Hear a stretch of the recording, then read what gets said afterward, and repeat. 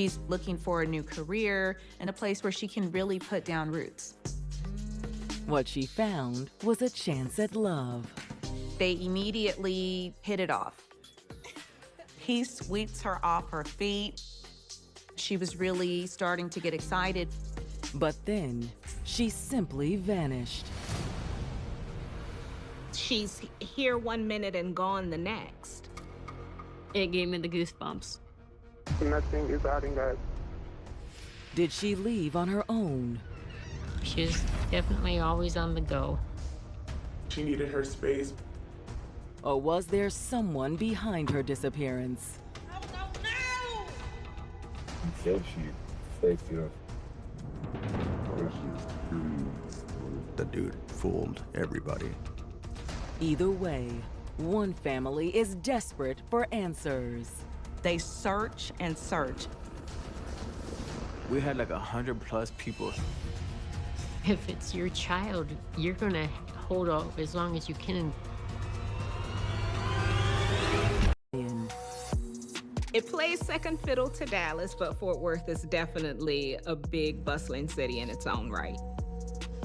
You're gonna see the 10-gallon hats. You're gonna see the cowboy boots. It's more of a Wild West.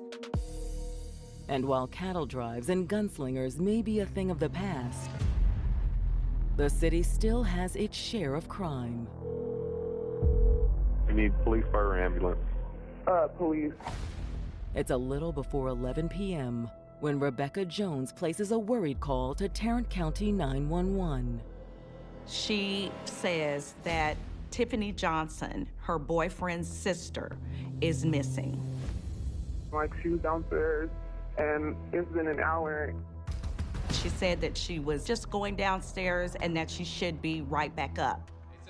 Rebecca tells the dispatcher that Tiffany's brother had gone down earlier to search for her. I had noticed that Tiffany's car keys were sitting on top of the car on the driver's side. And they find her phone in the grass. Oh, man. She would never leave her phone laying on the ground. You better call the cops. Why? This prompts them to definitely make a call because something strange has happened. Do you think there's a possibility she might have gone for a drive or something? No, her keys were on top of her car. She knows that she's not gonna leave with her keys on the car. And it seems like something must have happened so quickly that she didn't have time to take these items with her. You are sure she's not outside? Yes, we checked everywhere. All of a sudden, Tiffany was there, and the next moment she was gone. Nothing is adding up.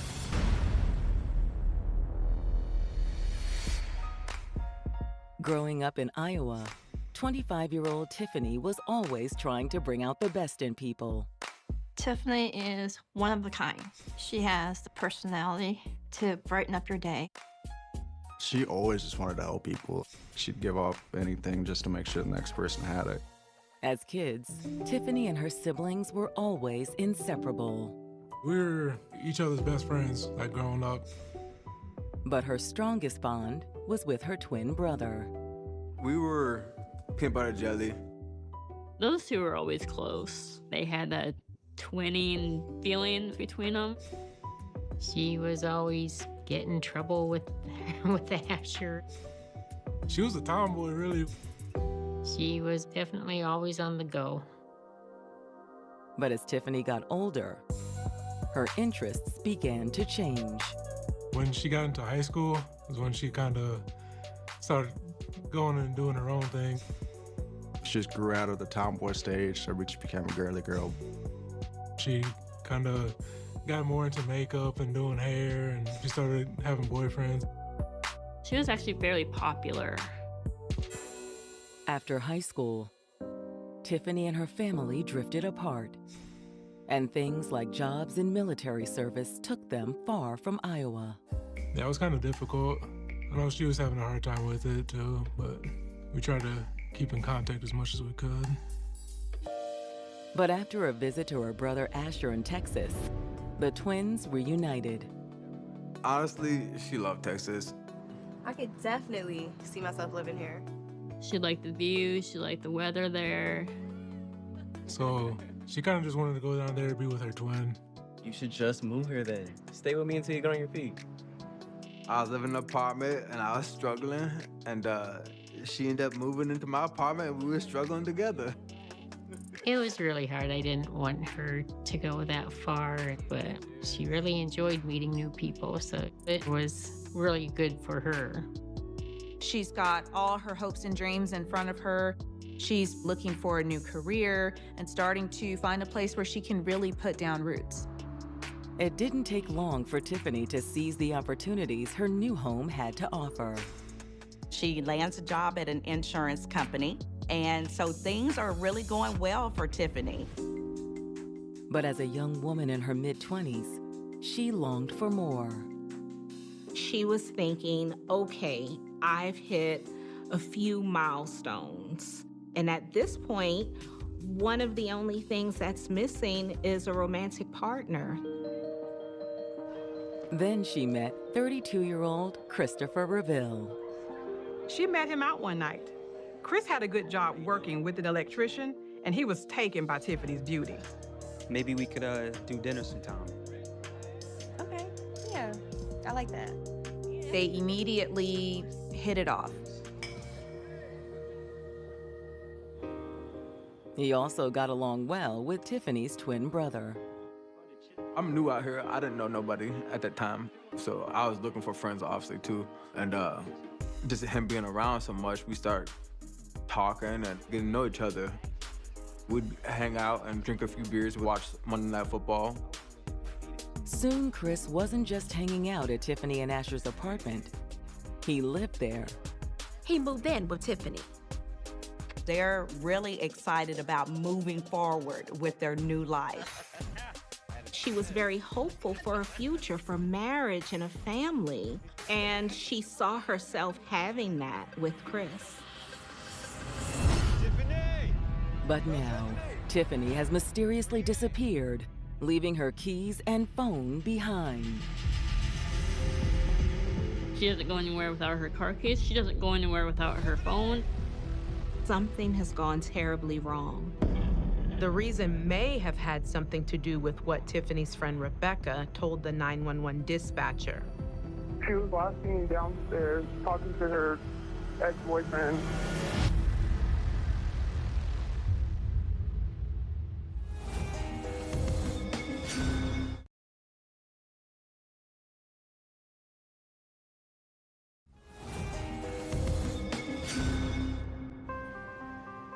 A year and a half after moving to Texas for a fresh start, it appeared that Tiffany Johnson had found true love with 32-year-old Christopher Reville. They are making plans to start that next stage in their relationship.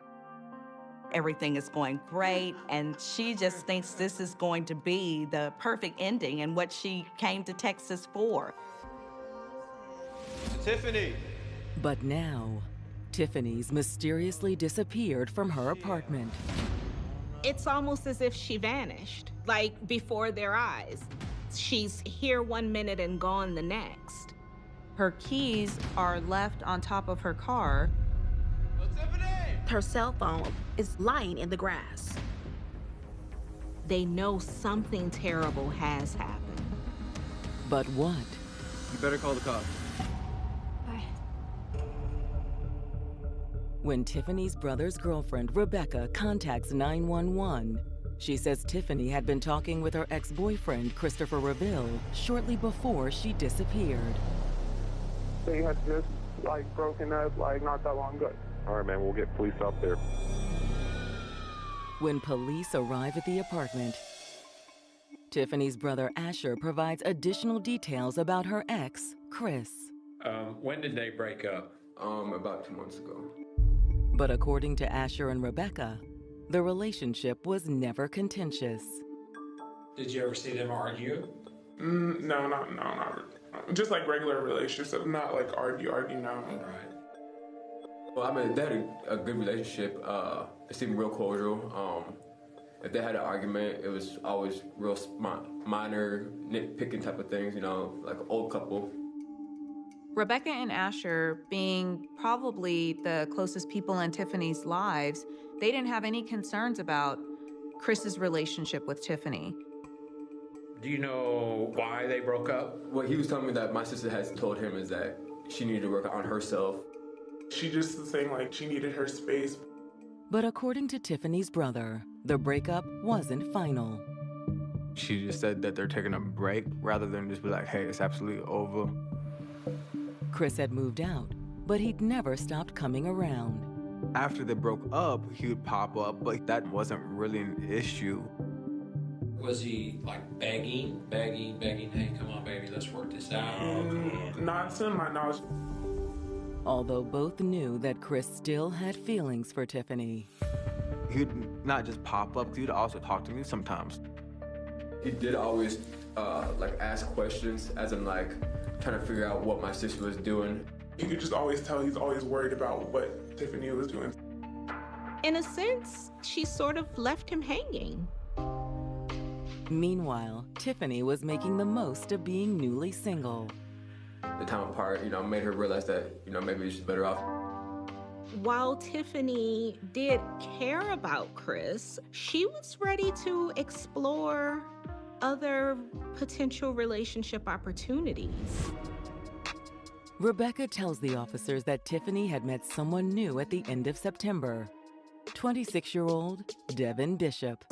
Devin is someone who Tiffany had met online. It started off as casual communication back and forth. She enjoyed having conversation with him. It felt comfortable and flowed easily. And they'd finally met face-to-face a few days earlier. Although Tiffany, being cautious, had asked Rebecca to come along as her wingman. It seemed like she liked him, like at the club on Saturday, and he gave us a ride home. She had an amazing time with him, and she didn't want the night to end. According to Rebecca, it didn't. She told detectives that Devin had ended up staying the night with Tiffany. They have an intimate relationship then? I don't think they did anything, unless she just doesn't want me to know, like she didn't say. But he was real genuine, respectful to her. Rebecca, she felt as though it was actually just a good time, good conversation. Either way, things had gone so well that Tiffany planned to see him again, just a few hours before she vanished. She invited him to come have dinner at night. She said that after they got off work that day, she and Tiffany had picked up some groceries. Then she'd help Tiffany make dinner. She was just saying, oh, I can't wait. They're in the kitchen together, working and preparing a meal. And Tiffany hears a knock on the door. He's like an hour early. He's this early? Okay, how do I look? Tiffany, being very excited about her upcoming dinner, is excited to answer it.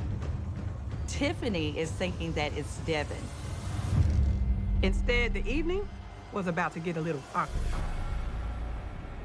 Hey, Tiff.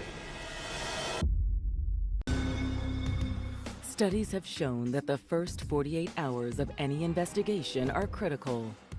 With each passing hour, the integrity of any physical evidence degrades, reducing the investigator's chances of generating leads. Those first 48 to 72 hours are also critical if the missing person has been abducted, and could mean the difference between life and death.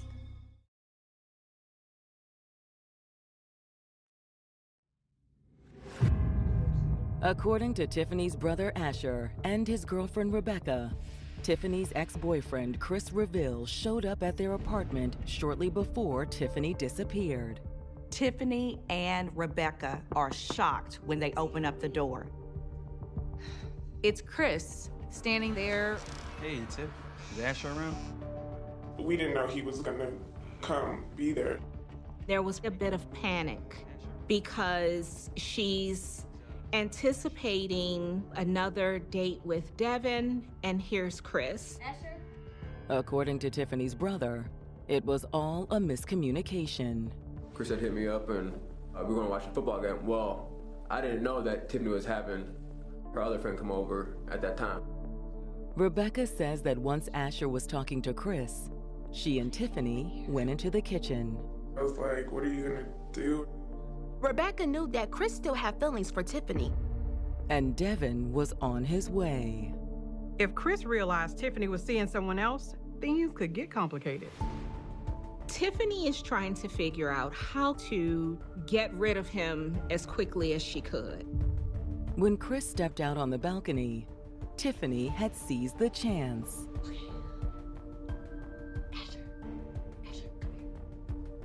That's when she had notified me, hey, Chris needs to go. Like, it's gonna be awkward if they're both here.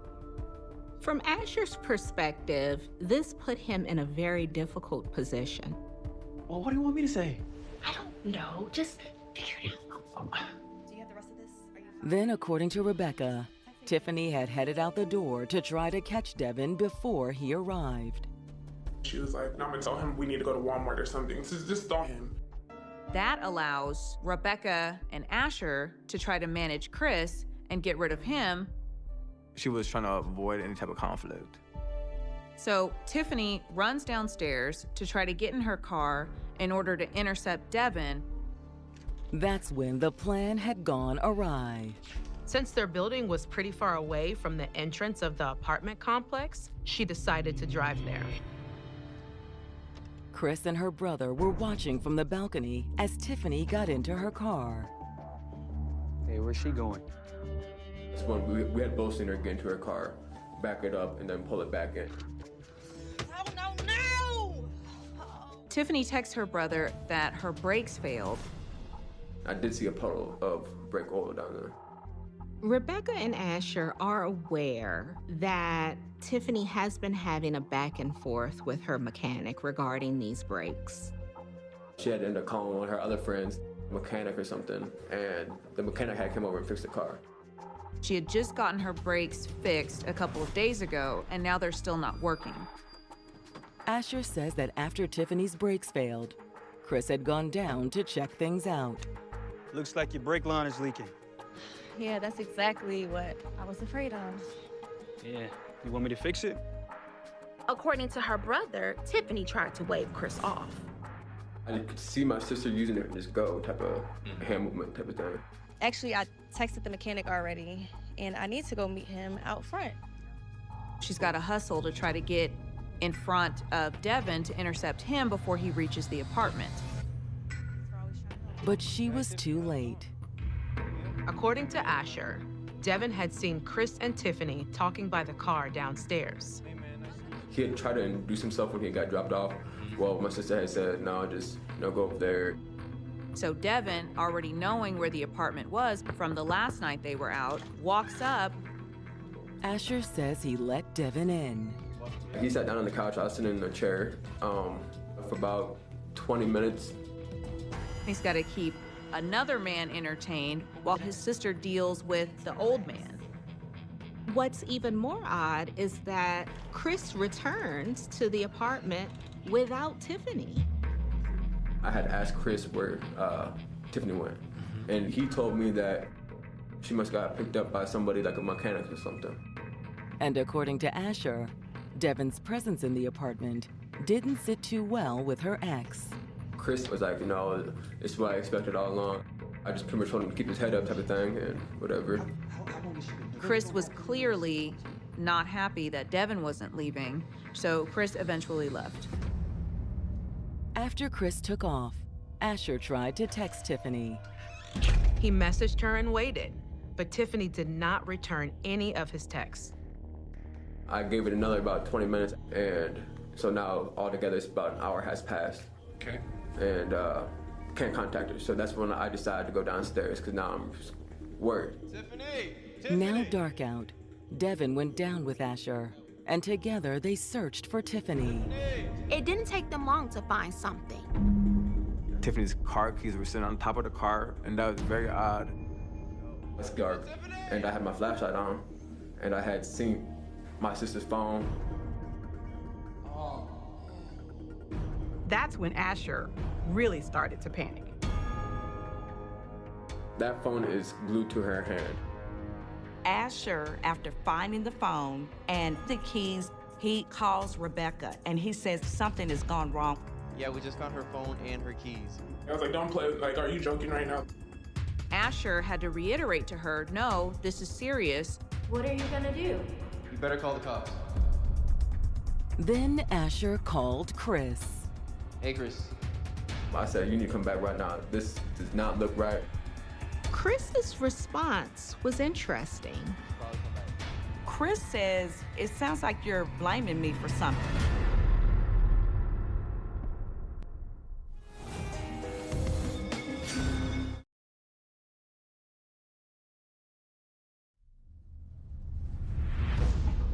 Tiffany Johnson's brother Asher says that once he realized Tiffany had disappeared, he'd called her ex, Christopher Reville. I kind of insinuated that he needed to show up right now because it's not looking good on his part.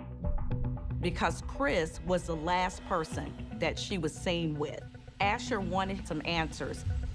Are you coming? Okay. All right, bro. All right. Chris ultimately tells Asher that he'll be there as soon as he can.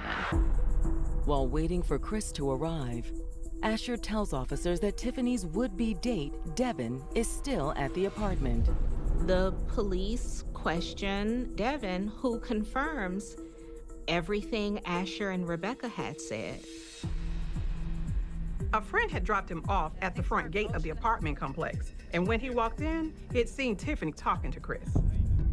I was going to introduce myself. I stuck my hand out to shake his hand, and she stopped me. She was like, nah, not this guy, just go upstairs. He also confirms that Tiffany had texted him about going to Walmart. But I come to find out that the whole Walmart deal was just to get him to leave. Mostly, while talking to the police, Devin just seemed confused. So shit, crazy. Like, yeah. She just all of a sudden disappeared when I showed up. When Chris arrives at the apartment, he seemed more than willing to talk to the police. So I actually came back to try to help and try to figure out what was going on. When asked about the breakup, Chris tells the same story that Rebecca and Asher told. He confirms that he and Tiffany just needed to take some space. We're still friends, you know, there's no problem. He goes on to tell police that he'd come over, expecting to hang out with Asher. And then he found that Tiffany was having some brake issues. And all he wanted to do was try to help her fix her car problems. But Tiffany shut him down. He's like, yeah, I'm calling the guy. He's supposed to come over here and take a look at it because I already paid him. He said that he felt like she didn't need him anymore, and that's why he went upstairs. And when Asher asked him where Tiffany was, he said she was with the mechanic because he thought that was the plan. I thought she was gonna be with the guy that was supposed to be fixing her brakes. That's what he said she'd take to. Chris's story, it adds up in many ways. Still, Chris was the last person who'd been seen with Tiffany. So just to be sure, officers asked Chris if they can search his vehicle. Chris was happy to oblige. They searched the front seat, the back seat, and there just appears to be a cooler and just some other junk in the car. We found no blood. We found none of her hair. We didn't find evidence of the violence that one would expect to incapacitate a person. And when officers look at Tiffany's phone, they find further confirmation of Chris's story.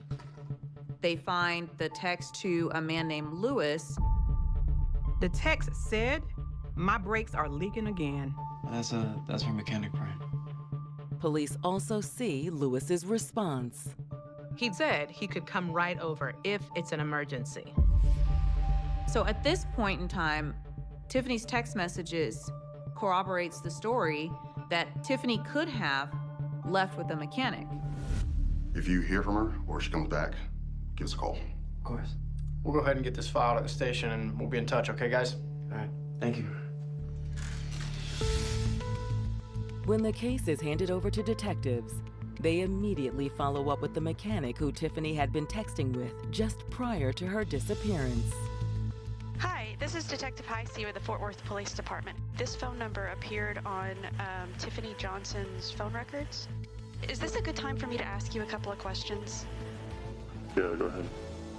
Lewis confirms that he had worked on Tiffany's car 2 days before she disappeared. Okay, so a day or two before. Right. He also confirms he had heard from Tiffany again around 9 o'clock that evening. She had texted me and said, hey, my brakes are leaking again. Lewis had previously told Tiffany that there was a possibility that her brakes would leak because of an aftermarket product he received from the auto parts store. So he wasn't surprised. I sent her a screenshot of the right part. And it was like, if she gets the part, I will gladly switch it for her. She said Tiffany never responded to the texts. He never leaves his house. Were you texting with Tiffany that night about the oil line? Me and my wife was in my living room. Oh, so your wife was with you? Yeah, my wife was with me. When the detectives followed up, his alibi checked out. Okay. His wife confirms that Lewis didn't leave the house. Which meant that the detectives were back at square one. With no other leads, detectives reach out to Tiffany's mother, who lives in South Dakota. First of all, I'm sorry that we have to be in this situation where she has come up missing.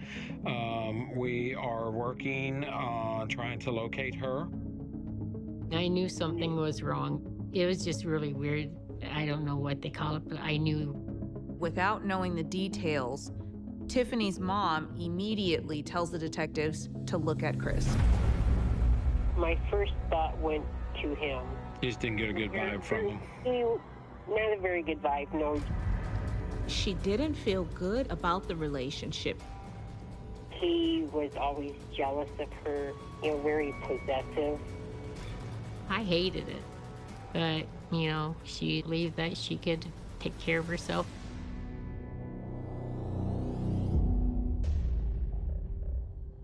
Tiffany Johnson's mother has just told detectives that the real reason her daughter broke up with Christopher Reville is because he was overly jealous and controlling. She had told me there were good times. There's a lot of bad times also. Tiffany told her mom Chris couldn't handle it whenever another man looked even in her general direction. She said she's changed her whole appearance just to try to please Chris. She couldn't wear this, couldn't wear that because other guys were looking at her. Based on the information provided by Tiffany's mom, detectives want to look at Chris a little further. If he was as jealous and controlling as her mom said, maybe the realization of Tiffany seeing someone else pushed him to violence. Well, thank you so much for your time. We'll be in touch. That afternoon, detectives head to Chris's mother's house with a search warrant. Chris had been living with his mom since the breakup. But the search leaves detectives wondering when Tiffany was last there. What detectives found in Chris's mother's backyard was a black bra with a broken clasp and a tan-colored tank top. These items match the description of what Tiffany was wearing when she went missing. Talking to his mother's neighbors, the detectives uncover more evidence that suggests Chris and Tiffany had a contentious relationship. She'd witnessed Tiffany pulling up one day in her car and Chris running outside yelling at her. And he was screaming at her, "What the hell you got on?" It was just a sundress. She witnessed Chris grab Tiffany and she stayed outside watching to make sure that Chris saw her in the hopes that Chris would eventually let Tiffany go. Thank you so much. Welcome. Have a good day. We'll be in touch. Yeah, thank you. After talking to the neighbors, detectives bring Chris in to confront him with what they found in his mother's backyard. Police have been over there and apparently they found a bra. Do you know anything about that? He claimed that the mother must have been doing laundry out in the back. When they do laundry, do they hang it out on the clothesline, or they got a dryer, or? Hang them up sometimes, got a dryer. She still has clothes over at my house. Oh, does she? Yeah, she got some shirts over there and stuff like that. She had a bra or two. Chris's story seemed a little too convenient for the detectives, though. When was the last time that she was over there? It's been months. When the interview's over, the detectives place Chris under arrest. Although there was no body that was recovered, detectives had enough evidence to charge Chris with aggravated kidnapping. Once Chris is in custody, the detectives head back to his mother's house and search for Tiffany in the surrounding neighborhood. Police spent a good amount of time searching a wooded area that's behind Chris's mother's house. There was helicopters in the sky. There was at least 200 police officers scouring around. The police don't find any trace of Tiffany. They search and search and come up empty-handed. Chris's phone records are little help. We do have good cell phone ping information from Chris's cell phone. He left the crime scene at the apartments. He went down Highway 360. Then he went west on I-30. But as he was heading west on Interstate 30, his phone mysteriously goes dark. At that point, we have no cell phone pings for 23 minutes. Which suggests that either his phone was off or in airplane mode. Then we see him reappear with a ping off of the towers at his parents' house. But I'm willing to place a bet that he disposed of her in that 23 minutes. With Chris's phone records a dead end, the detectives pull his criminal history. They realize it's a very lengthy record. Chris had been arrested for armed robbery, aggravated assault, battery. In fact, he'd only been released from prison a couple months before he began dating Tiffany. But that's hardly the most shocking thing detectives find. This wasn't the first time that someone connected to Chris had disappeared. Back in 2006, his 20-year-old girlfriend also disappeared. 10 years later, she was still missing.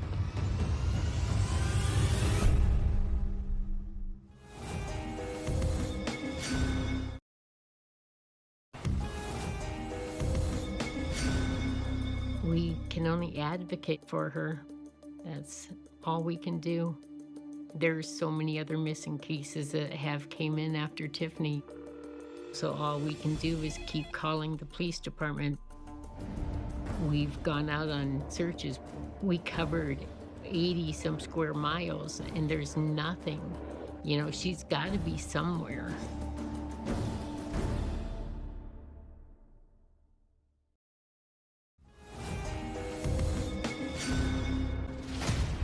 Detectives investigating the disappearance of Tiffany Johnson have learned that one of Chris Reville's previous girlfriends also disappeared.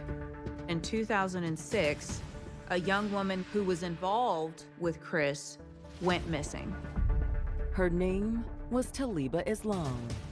They had a child together. And the details of her disappearance were eerily similar to Tiffany's disappearance. Similarly to Chris and Tiffany, Chris and his previous girlfriend had also broken up. On the day that she disappeared, the last person known to have been around Taliba was Christopher Reville. That's a pretty big coincidence. Oftentimes, if someone believes they've gotten away with a crime, they follow the same pattern. For Tiffany's brother, Chris's pattern was crystal clear. He was a serial killer. The dude fooled everybody. Taliba's case really opened up our eyes to the stuff that he's capable of. To find out there's another girl that went missing, it gave me the goosebumps, shivers all up my spine. Do the dual disappearances really mean that Chris is a serial killer? When forensic experts recover deleted texts from Chris's phone, they reveal the depths of his obsession with Tiffany and his anger over the breakup. What they found was shocking. Ranting text messages sent by Chris. "You broke my heart. I can't believe you did this to me. I won't rest until I'm looking in your eyes and saying my vows." However, while the detectives believe they've uncovered a motive for murder, they still don't have the victim's body. The case is drying up. They're not finding any new evidence that points to where Tiffany is. At the end of October, with all their leads exhausted, the Fort Worth police suspend their search for Tiffany. But Tiffany's family is not having it. Tiffany's family joins up with Taliba's family and demand that the Fort Worth Police Department reach out to FBI and every other available resource to help them locate their missing family members. If it's your child, you're going to hold off as long as you can until your child is found. However, just because the authorities have abandoned their search for Tiffany, they haven't given up on holding Chris accountable for her disappearance. The police move forward with the charges of aggravated kidnapping. The prosecutors were not going to be able to have as strong of an argument that Tiffany was murdered because there was no body. And an aggravated kidnapping conviction could lead to significant jail time. The sentence for aggravated kidnapping is life in prison. When Chris goes on trial in August of 2019, the prosecution contends that when Chris followed Tiffany down to the parking lot, an angry confrontation ensued. Who was that? The prosecution's theory was that Chris became enraged when he learned that Tiffany was moving on without him. It's none of your business, Chris. What if I make it my business? The prosecutors believe that once Devin went upstairs, Chris had grabbed Tiffany and forced her into his car. The crux of the offense was his restraining her and moving her from the apartment complex.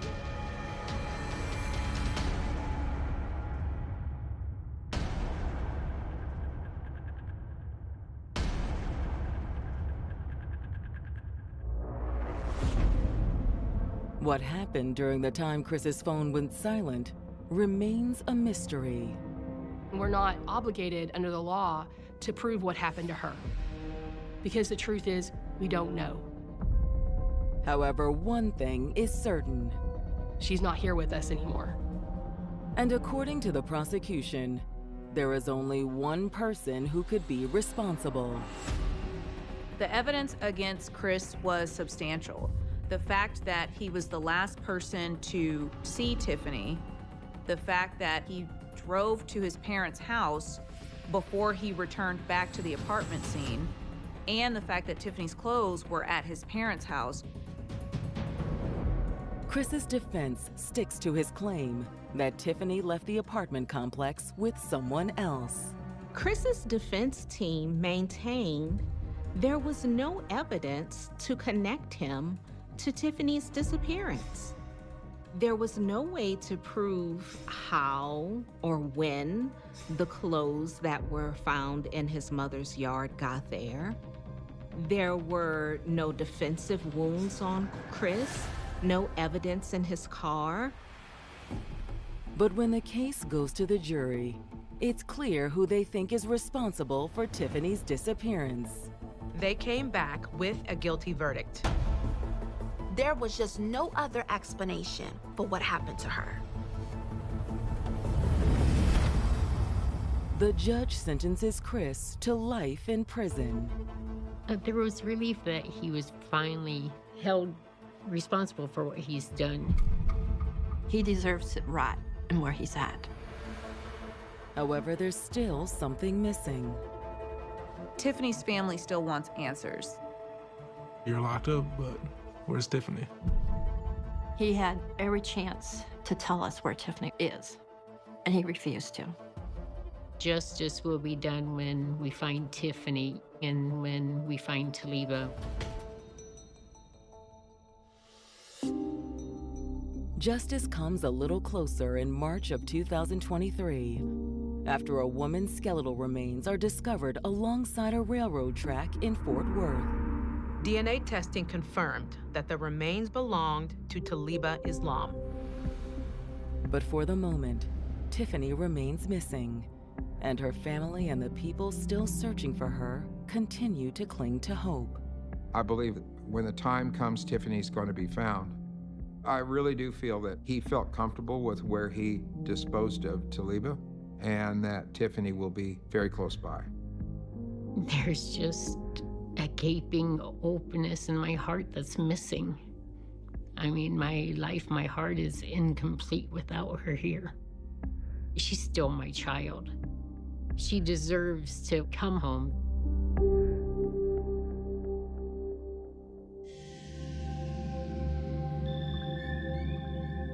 Hey, I'm Nye, one of your hosts. And before we go any further, remember this. Not all poisons are swallowed. Some of it hides in plain sight in jealousy, envy, greed, and the need for control. Every case you watch here starts with a motive. But before the crime, there is behavior. Before the headlines, there is manipulation. Before the tragedy, there is silence. The Silent Poisons book series explores the psychological patterns behind the crimes. Toxic love, misplaced loyalty, obsession, and the desperate need for validation. These are the poisons that destroy lives quietly, the ones no one warns you about until it's too late. If these stories pull you in, the truth goes even deeper. The Silent Poisons book series is available now on Amazon and IamNylux.com. Together we uncover the silent poisons of life.